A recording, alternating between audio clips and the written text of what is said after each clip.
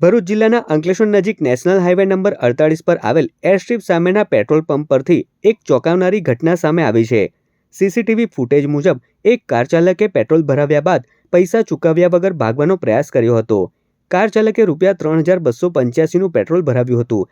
જ્યારે પેટ્રોલ પંપના કર્મચારી મોહમ્મદ શાહબાઝે પેમેન્ટ માટે કહ્યું ત્યારે કાર ચાલકે ઓનલાઈન પેમેન્ટ કર્યું હોવાનું કહી અચાનક કાર ઝડપથી દોડાવી અને તેમને કચડવાનો પ્રયાસ કર્યો હતો। સદનસીબે જાનહાનિ ટળી હતી। આ સમગ્ર ઘટના પેટ્રોલ પંપ પર લગાવવામાં આવેલા સીસીટીવી કેમેરામાં કેદ થઈ ગઈ છે।